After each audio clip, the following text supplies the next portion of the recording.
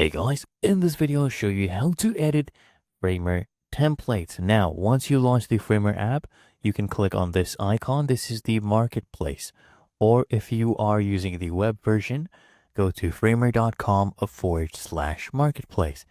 And then from here you can choose templates. Same thing here as well. And then all you need to do is literally choose a template. There are paid ones and free ones as well.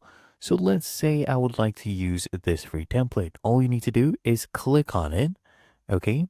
And then just click on open template, right? As you can see right there, and you can begin using it. So click on open template and just wait for that to load up. Now here on the browser, as you can see, it has opened it up, right? You can use it for free. Just click on use free and it will begin copying it. Okay, so if I come back here, you'll see it has opened the template and I can begin to come here and use it. It's being added to my project. Just wait for a few seconds. And then, as you can see, you are now able to edit it. Okay, everything right here can be edited. As you can see, you can change the effects, right?